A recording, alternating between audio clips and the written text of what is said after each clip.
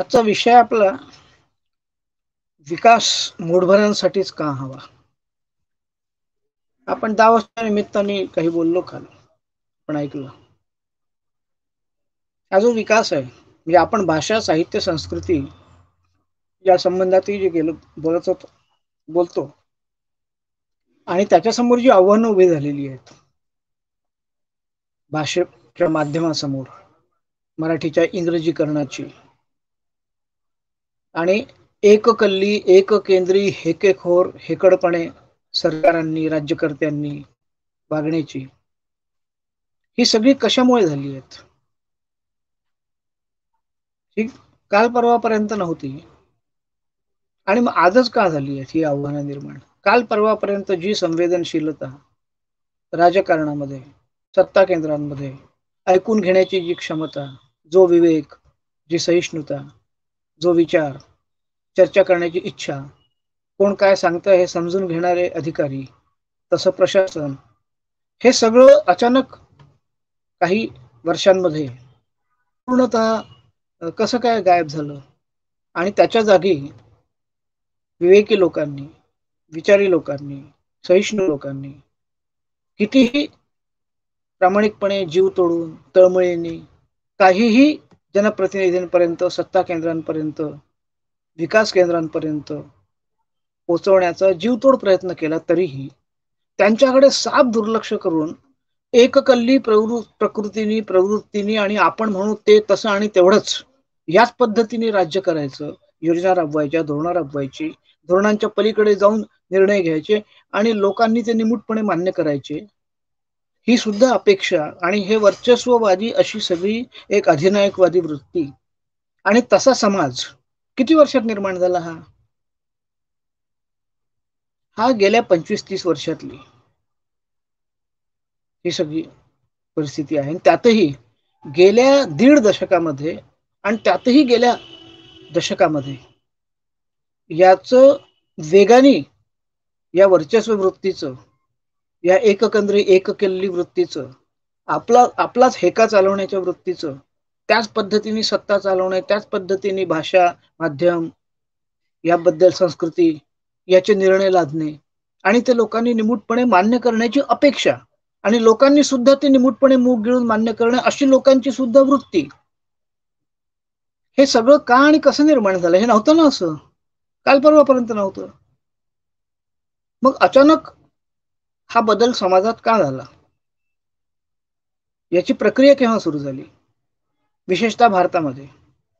याच्या विरोधामध्ये युरोपात, अमेरिकेत मोठ्या प्रमाणावरती आज आपण आमच्यासारखे लोक ज्या भाषेत जे बोलतायत, जे मांडतायत सतत, माध्यम, भाषा, साहित्य, संस्कृती, पत्रकारिता, विज्ञान, भाषा विज्ञान यातले तज्ज्ञ, हे सगळं युरोप अमेरिकेमध्ये गेल्या शतकापासून मांडलं जात होतं. ते काही काल परवा मांडलं गेलं नाही, कारण त्यांच्या समोर ती आव्हानं भीषण स्वरूपात उभी होती. आज त्यांच्याकडे आणि आपल्याकडे सगळ्यांकडे ती सारखी झाली आहेत, कारण जग सारखं झालंय. त्यावेळेला युरोप अमेरिकेत जे काही घडत असेल ते आपल्याकडे पोचेपर्यंत, त्याची झळ आपल्याला पोचेपर्यंत मध्ये बराच कालावधी जायचा.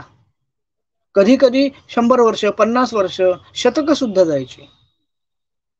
पण विकासाच्या प्रक्रियेमध्ये तंत्रज्ञान प्रगत झाल्यानंतर दळणवळणाची, संवादाची, माहितीची वेगवेगळी साधनं प्रगत झाल्यानंतर हा वेग, हे अंतर, हा अवकाश हा संपुष्टात आला आणि सगळं जगच एक झालं. त्यामुळे तिकडे असलेली विकासाची धारणा, तिकडे असलेली मूल्य धारणा, तिकडे असलेली भाषा संस्कृतीकडे बघण्याची दृष्टी आणि आपली याच्यात जो एक फरक होता, पौरात्य आणि पाश्चिमात्य, तो कधीच संपला. आज हे शब्दही कोणी उच्चारत नाही. मनोज कुमारने सिनेमा काढला होता पूरब और पश्चिम, दोन संस्कृतीतल्या मूल्य संघर्षाचं एक अतिशय लोकप्रिय चित्रण करायचा त्यांनी प्रयत्न केला होता. आज कोणीच पूर्व पश्चिम म्हणत नाही, कारण त्यांचा विलय दिशाच उरल्या नाही. सगळ्या दिशांचा एका दिशेने सगळं जग नेण्याचा, एकाच दिशेने सगळं ध्रुवीकरण करण्याचा आणि सगळे ध्रुव इतर संपुष्टात आणून एकच ध्रुव निर्माण करण्याचा हा जो प्रयत्न, हा कुठून आला, कशामुळे आला? हा विकासाच्या बदललेल्या धारणेतून आला.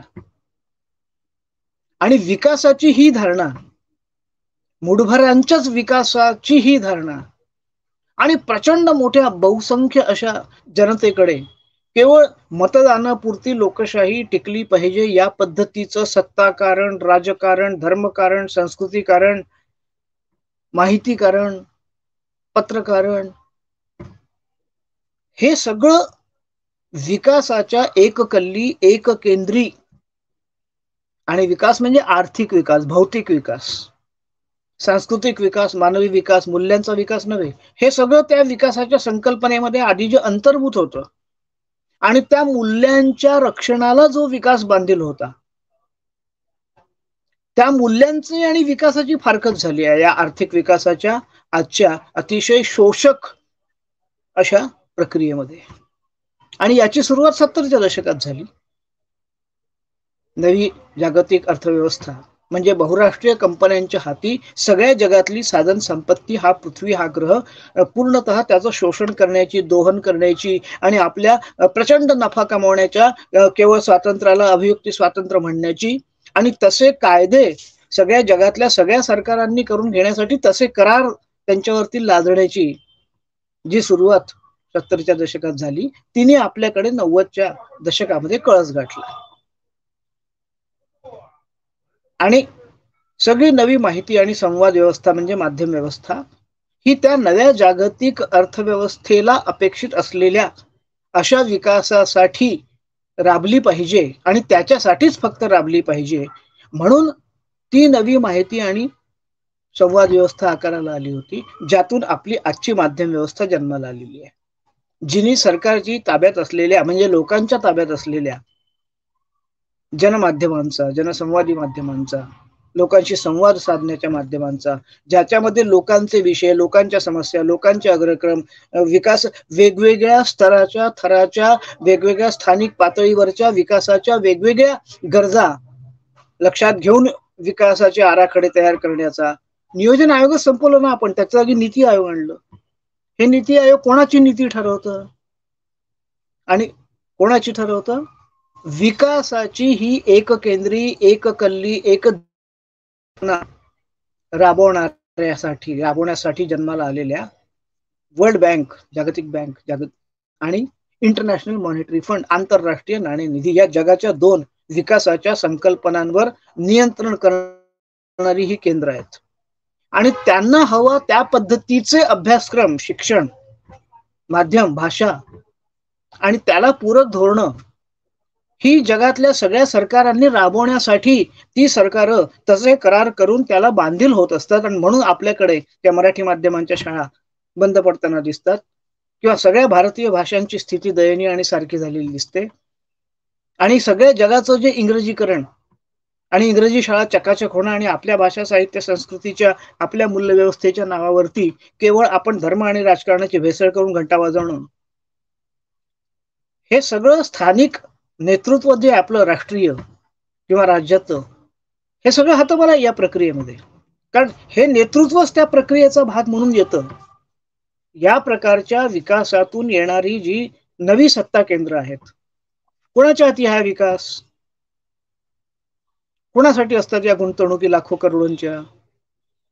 आणि या विकासातून सगळ्या जगातल्या सगळ्या राष्ट्रांमधल्या मग इतक्या मोठ्या प्रमाणावरती जर प्रचंड मोठा विकास हा केवळ बहुराष्ट्रीय कंपन्यांच्या मार्फत सगळ्या जगातल्या सगळ्या राष्ट्रांनी करून घ्यायचं ठरवून आपली सगळी साधन संपत्ती, जंगल, भूमी, पाणी, नदी, गाव, रस्ते हे त्यांना अधिग्रहित करण्यासाठी, विकासासाठी, विकासाच्या प्रकल्पासाठीच द्यायचं, तर मग या सगळ्यांचे जे मूळ, हे सगळ्यांचे मूळ मालक विस्थापित करायचे.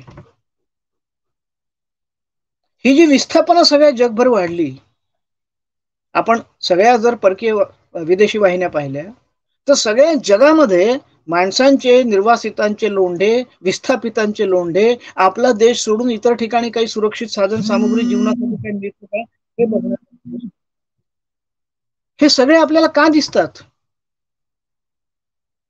का वैध अवैध मार्गाने ते जिथे काही आपल्या जीवनाला आधार मिळेल तिथे जाण्याच्या, कारण या सगळ्यांचं उन्मूलन विकासाच्या प्रक्रियेने जगभर केलेलं आहे. फक्त भारतातच केलंय असं नव्हे. हा जो सगळा प्रवास आहे 70 पासून सुरू झालेला आणि 90 पासून आपल्याकडे वेगाने लादला गेलेला आपल्यावरती, सगळा विकास करण्याची यंत्रणा ही आपल्याकडे पंचवार्षिक योजना होत्या. या पंचवार्षिक योजना मधून त्याच्या आधी आर्थिक सर्वेक्षण होती, त्याच्या आधारावरती वार्षिक योजना ज्या होत्या आणि आपली जिल्हा नियोजन मंडळ, आपली राज्य विकास नियोजन मंडळ आणि मराठवाडा आणि विदर्भासाठी घटनेमध्ये असलेली जी 371 कलमाची तरतूद आहे की वेगळी विकास मंडळ, ही तर स्थापनच होत नाहीत. स्थगित आहे सध्या विदर्भ विकास मंडळ. कित्येक वर्ष झालं नवीन विकास मंडळ तयारच झालेलं नाहीये आणि त्याला निधी देण्याचे विशेष अधिकार राज्यपालांना आहेत. हे या विकासाच्या प्रक्रियेने गिळंकृत केलेले आहेत. त्यामुळे हा जो विकास आहे, जो आपण संपूर्णपणे, जो सरकार केंद्रीय होता, नियोजन आयोग केंद्रीय होता, ग्रामसभा केंद्रीय होता, स्थानिक गरजांप्रमाणे त्या ठिकाणच्या विकासाच्या गरजाप्रमाणे त्या लोकांना आपल्या विकासाची काय कल्पना आहे ती करण्याचं स्वातंत्र्य आणि त्यांनी केलेल्या मागण्यानुसार आणि ठरावानुसार विकास. केरळमध्ये तर अशी स्थिती झाली होती काही वर्षांपूर्वी की बहुराष्ट्रीय कंपन्यांनी केरळच्या ग्रामसभेचे ठराव लागतात म्हणून आपलेच लोक त्या ग्रामसभेमध्ये उभे केले आणि निवडून आणले होते आणि ठराव करून घेतलेले होते. हे जे केवळ नफा केंद्री, केवळ बहुराष्ट्रीय कंपन्यांच्या एकूण नफ्यातून येणाऱ्या सत्ता केंद्री आणि त्यांना हवा आहे त्या पद्धतीचा तसा तेवढा आणि तितकाच विकास. कोणासाठी असतो विकास याची चर्चा बंद झाली. विकास कोणाचा, किती, कशासाठी, त्याचं आणि जीवनाचं नातं काय, त्याचं आणि समाजातल्या वेगवेगळ्या सगळ्या जगातल्या सगळ्या समाजांचे सगळे स्तर आणि थर हे सारखेच प्रगत, विकसित अथवा मागास नसतात ना. वेगवेगळ्या प्रकारच्या प्रचंड मोठ्या लोकसंख्या वेगवेगळ्या जाती जमातीच्या जगातल्या या वेगवेगळ्या स्तरावर असतात. विकासाच्या, आर्थिक विकासाच्या, सांस्कृतिक विकासाच्या, भाषिक विकासाच्या आणि त्यांच्या त्यांच्या गरजांप्रमाणे त्या ठिकाणी त्या विकासाच्या संकल्पना राबवायच्या. ही विकासाची जी धारणा होती ही सगळी संपुष्टात आली आणि प्रचंड गुंतवणुकीचा विकास.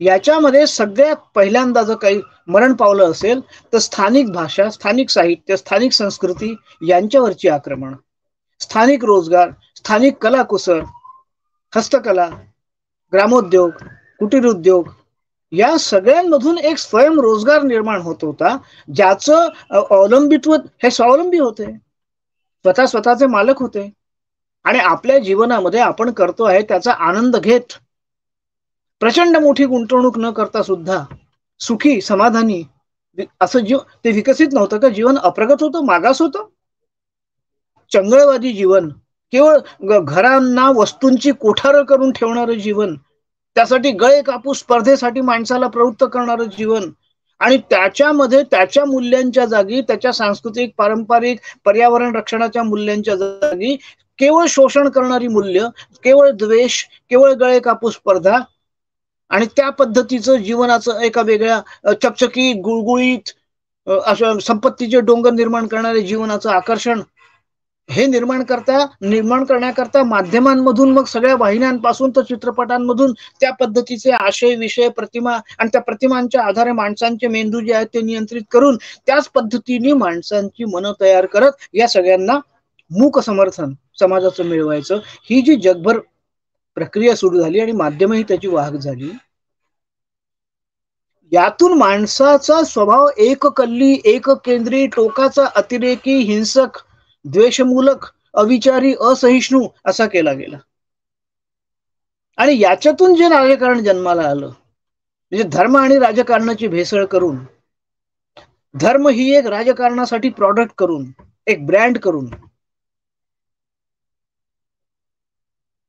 जे राजकारण म्हणजे आज सगळ्या जगभराच्या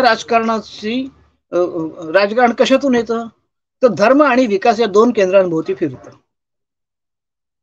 ह्या ज्या दोन केंद्रांभोवती हे राजकारण फिरतं, हे राजकारण त्याच्या आधी कोणत्या दोन केंद्रांभोवती ध्रुवीकरण त्याचं झालं होतं? ते होतं धर्म आणि धर्मनिरपेक्षता सगळ्याच जगामध्ये. आणि धर्मनिरपेक्षतावादी लोकशाही राष्ट्र जगांमध्ये उभी व्हायला सुरुवात झाली होती. धर्म आणि धर्मनिरपेक्षता ही जी दोन केंद्र होती विकासाची, तोपर्यंत धर्मनिरपेक्षतेची बहुविधता, बहुसांस्कृतिकता, बहुधार्मिकता, इतर धर्मांप्रतीची सहिष्णुता, इतर व्यक्तींबद्दलचा आदर, समता, स्त्री पुरुष समता, लिंगभेद विहीनता, हे सगळे विकासाशी संबंधित मुद्दे होते. आणि धर्मातून सुद्धा येणारी जी मूल्य यंत्रणा होती, जो मूल्य विवेक होता, तो सुद्धा विकासाचा आधार होता, तो सुद्धा नीतिमत्तेचा आधार होता. आज आयोगाचं नाव नीती असलं तरी विकासाची नीतिमत्ता ही एककेंद्रीय बहुराष्ट्रीय कंपन्या केंद्रीय आहे. पर्यायी नीतिमत्तेचं केंद्रच आपण ठेवलेलं नाहीये. धर्मातल्याही नीतिमत्तेचं जे केंद्र आहे, धर्मातली सुद्धा जी मूल्य केंद्र आहेत, तिला सुद्धा आपण आपल्या आजच्या विकासाच्या, नफेखोरीच्या, प्रचंड शोषणाचा विकास मान्य करायला लावण्याच्या मूल्यांना बांधून टाकलेली आहेत. धर्म सुद्धा त्या कामाला झुंपला गेलेला आहे. धर्माच्या नावावरती प्रचंड राजकारण या पद्धतीच्या आपल्याकडे सुद्धा हळूहळू काय झालं, धर्मनिरपेक्षता हे जे केंद्र होतं हे नष्ट केलं गेलं या विकासाच्या प्रक्रियेत, आणि त्याची जागा विकास नावाच्या या एककेंद्रीय मूढभरांच्या विकासाच्या संकल्पनेने घेतली. आणि मग काय झालं, मग धर्म आणि विकास ही केंद्र झाली. आपल्याही देशामध्ये गेल्या काही वर्षातल्या ज्या निवडणुका आहेत, ज्या एकेकाळी धर्म आणि धर्मनिरपेक्षता या विचारसरणींवरती लढल्या जात होत्या, स्वतःला धर्मनिरपेक्ष म्हणून घेणारी सत्ता होती, आणि मग स्वतःला धर्मवादी म्हणून घेणारी, सनातन म्हणून घेणारी, आणि जे स्वतःला सनातन म्हणायला तयार नसतील, धर्मवादी म्हणायला तयार नसतील, ते जणू काही जगण्याच्या लायकीचेच नाहीत, अशा पद्धतीचं वातावरण तयार करणारी असहिष्णू राजकारणाची संस्कृती विकासाच्या या प्रक्रियेतून जन्माला आली. अतिरेक याच्यातून जन्माला आलाय जगातला सगळा. हिंसा, दहशत, भय हे सगळं मूढभरांच्या ताब्यामध्ये सगळ्या जगातली जंगल, जमीन, भूमी, हवा, पाणी, आकाश हे सगळं असण्यासाठी माणसांना परस्परांमध्ये झुंजत ठेवणारा विकास, यातून रोजगार निर्माण होत नाही. रोजगार निर्माण करण्याच्या वल्गना होतात, प्रत्यक्षात तो निर्माणच होत नाही, प्रत्यक्षात विस्थापना होतात, नवीन पद निर्माण होत नाहीत, नोकऱ्या नवीन निर्माण होत नाहीत. सरकारच्या नोकऱ्या त्याची खाजगी कंत्राट दिली, त्याचंही खाजगीकरण. सरकार शाळा चालवायला तयार नसतं, त्याचंही खाजगीकरण. म्हणजे प्रत्येक गोष्ट ही कंपनीने चालवली पाहिजे. मग ईस्ट इंडिया कंपनीचं राज्य कशासाठी घालवलं आपण? या नवनव्या कंपन्यांचं, स्वकीयांच्या नवनव्या शोषण करणाऱ्या कंपन्यांचं राज्य निर्माण करण्यासाठी की लोकराज्य निर्माण करण्यासाठी? आपण स्वदेशी बद्दल बोलत होतो, स्वराज्याबद्दल बोलत होतो, सुराज्याबद्दल बोलत होतो. विकासाच्या या प्रक्रियेमध्ये स्वावलंबन, सुराज्य, स्वराज्य हे कुठे गेलं? स्वदेशी कुठे गेलं? स्वदेशी बद्दल आग्रही असणारेच या विदेशी बहुराष्ट्रीय कंपन्यांच्या नफ्यातून उत्पन्न होणाऱ्या सत्तेतून प्रायोजित होणारी सत्ता केंद्र निर्माण व्हायला लागली. त्यातून ते स्वदेशीही जे होते, जे कोणी प्रामाणिक असतील, तेही बाजूला फेकले गेले. स्वावलंबनवादी पूर्णपणे नाहीसे केले गेले. आणि विकासाच्या या प्रक्रियेला जो कोणी विरोध करेल, जो कोणी प्रतिकार करेल, जो कोणी आपलं जंगल, जमीन, भूमी हे सगळं वाचवण्यासाठी आंदोलन करेल, हा विकासद्रोही. कारण हा विकास म्हणजेच राष्ट्रविकास असं नव्हतं. शाश्वत विकास, चिरंजीवी विकास, पर्यायी विकास, यावर चर्चा नियतकालिका काढून पहा. 20-25 वर्षापूर्वीची वर्तमानपत्र काढून पहा, माध्यमांमधली चर्चा काढून पहा, सगळे संदर्भ बघा, त्यावर निर्माण झालेले ग्रंथ बघा. ही सगळी विकासाची जी संकल्पना आणि चर्चा होती, ही शाश्वत विकासाची होती, सस्टेनेबल डेव्हलपमेंटची होती, ही चिरंजीवी विकासाची होती, ही पर्यावरण पूरक विकासाची होती. पर्यावरणाचं पूर्ण दोहन करून, पूर्ण शोषण करून, हा ग्रहगोल नष्ट होईपर्यंत त्याचं तापमान वाढवून आणि यातला संपूर्ण निसर्गाचा समतोल जो आहे तो बिघडवून आणि माणसाचं, सजीवांचं, चराचर सृष्टीचं जे विकासाशी बांधलं गेलेलं एक अंतर्भूत नातं होतं. आपल्याकडे आजही आपण प्रतीक म्हणून ज्या पूजा करतो ना, वडाच्या, तुळशीच्या, त्या कशाच्या? या पर्यावरणाच्या पूजा आहेत, दगडांच्या नाही आहेत. पर्यावरण रक्षणाचे संस्कार आहेत. आवळी भोजन जे होतं, आवळीच्या झाडाखाली बसून त्या ऋतूमध्ये जेवण करणं, हे वृक्ष संरक्षण होतं.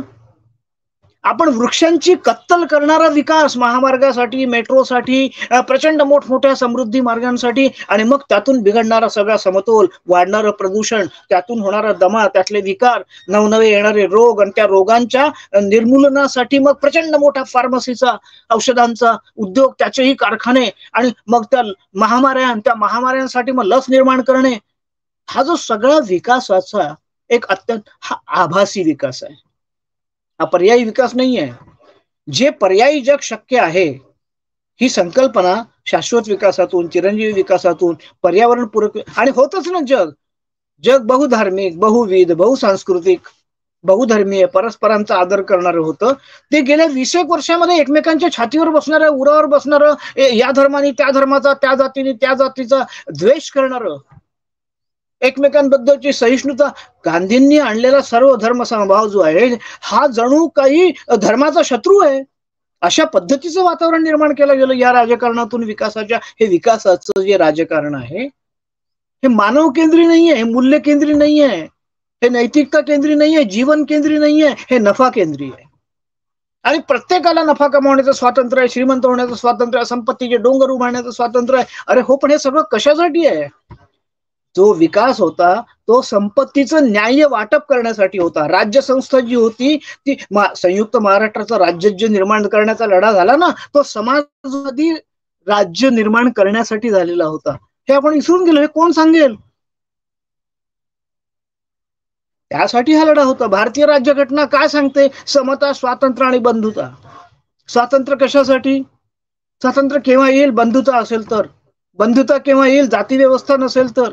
म्हणून जाती व्यवस्थेच्या निर्मूलनाचा, वर्गविहीन, जातीविहीन समाज व्यवस्थेचा डॉक्टर बाबासाहेब आंबेडकर पुरस्कार करत होते. ते कशासाठी? आणि समता म्हणजे काय? सगळ्या प्रकारची समता. नफ्याचं स्वातंत्र्य. आज तुमच्या माझ्याजवळ भांडवलच नाहीये गुंतवायला, तर तुमच्या माझ्या नफ्याच्या स्वातंत्र्याला काय अर्थ आहे? आणि भांडवल जो प्रचंड हवं असेल गुंतवायला, तर नैतिकतेतून, मूल्यातून, मूल्य रक्षणातून, पर्यावरण रक्षणातून ते उभं होत नाही. पर्यावरणाचा विनाश करूनच प्रचंड भांडवली संपत्ती निर्माण होते आहे. कोणती हवी आहे आपल्याला विकासाची धारणा? निर्माण होणाऱ्या संपत्तीचं न्याय्य वाटप करण्यापेक्षा निर्माण होणारी संपत्ती मूढभरांच्या हाती केंद्रित करणारा विकास, या एककल्ली, एककेंद्री, आणि ज्यातून मग सगळी असहिष्णुता येते, अविचार येतो, अविवेक येतो, आणि मग त्याचा आपल्या जीवनावरती, व्यक्तीवरती, प्रत्येका मेंदूवरती परिणाम होतो. आणि त्यातून मग ही सगळी द्वेषमूलक, धर्माचा द्वेष, जातींचा द्वेष, ही जी वृत्ती वाढते, त्यातून जो अतिरेक वाढतो, जी आक्रमकता वाढते, ती काय केवळ फक्त सैन्याच्या विविध कलमांच्या लोकांना तुरुंगात टाकून त्या विकासाचं जे रक्षण केलं जातं. त्यामुळे ही सगळी प्रक्रिया नीट समजली पाहिजे की आजच्या राजकारण आणि धर्मकारणाच्या भेसळीचं वास्तव हे आहे. हा आभासी विकास आहे.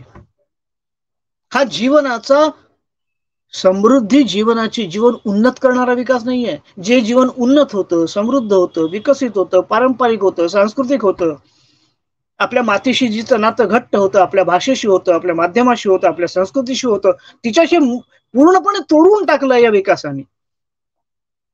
मराठी माध्यमाच्या शाळा बंद पडण्याचा संबंध हा या विकासाशी आहे. इंग्रजीच्या साम्राज्यवादाचा, मराठीच्या इंग्रजीकरणाचा संबंध हा केवळ राज्यकर्त्यांशी नाही आहे, हा या विकासाच्या प्रक्रियेशी आहे. त्यातून येणाऱ्या सगळ्या राष्ट्रीय, आंतरराष्ट्रीय करारांनी आपण जे बांधले गेलेलो आहोत ना, त्यातून हे सगळं घडत आहे. त्यामुळे जोपर्यंत विकासाची ही संकल्पना पुन्हा एकदा, आणि आंदोलन होती या विकासाच्या, पर्यायी विकासाची, चिरंजीवी विकासाची, शाश्वत विकास, काम केलंय लोकांनी, अजूनही करतात आहेत. प्रत्यक्ष काम करून दाखवतायत ना तो विकास कसा शक्य आहे, पर्यायी जग कसं शक्य आहे. पण आज या विकासाच्या एककेंद्री कल्पनेनी पर्यायी जग शक्य आहे हा आपला जो विश्वास होता, आत्मविश्वास होता माणसाचा जगात, हा घालवून टाकलाय.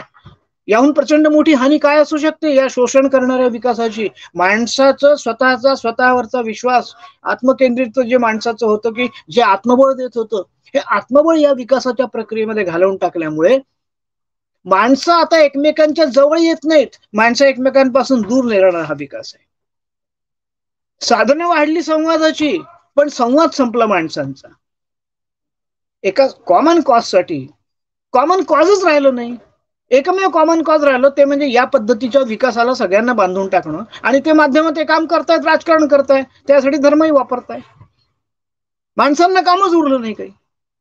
म्हणजे माणसांनी जीवन कोणतं जगायचं, तर विकासाच्या बहुराष्ट्रीय कंपन्यांनी त्यांच्या धारणेनुसार जे काही तुमच्या वाट्याला जीवन दिलं असेल ते किती विकृत असो, मूल्यविहीन असो, अनैतिक असो, असहिष्णू असो, ते जगायचं. हे कोणतं स्वातंत्र्य आहे? गुलामगिरीचं हे जे नवीन स्वरूप आहे, दासशूद्रांची गुलामगिरी म्हणून शरद पाटलांनी व्हॉल्युम्स लिहिले आहेत 2, आणि महात्मा फुलेंनी आपल्याला एकूण गुलामगिरीचं स्वरूप समजावून सांगितलेलं आहे काय होतं ते. ही जी नवीन गुलामगिरी आहे हिचं स्वरूप आपण एकमेकांना समजावून सांगण्याची गरज आहे, समजून घेण्याची गरज आहे. त्यांनी त्याला, या यंत्रणेने त्या यंत्राला, शासनाने प्रशासनाला, प्रशासनाने शासनाला, आपण राज्यकर्त्यांना, राज्यकर्त्यांनी आपल्याला, आपण सगळ्यांनी मिळून काही 2-4 भांडवलदारांना, नुसतं एवढं एकमेकांवर दोषारोपण करून यातून मार्ग निघणार नाहीये. विकासाच्या या एककेंद्री कल्पनेमध्ये आपल्याला बहुकेंद्री विकासाची, संस्कृती आधारित विकासाची, याच्यावर मी स्वतंत्र बोलणार आहे. त्यामुळे आज त्या विषयावर फारसं न बोलता मी इथे थांबतो. धन्यवाद.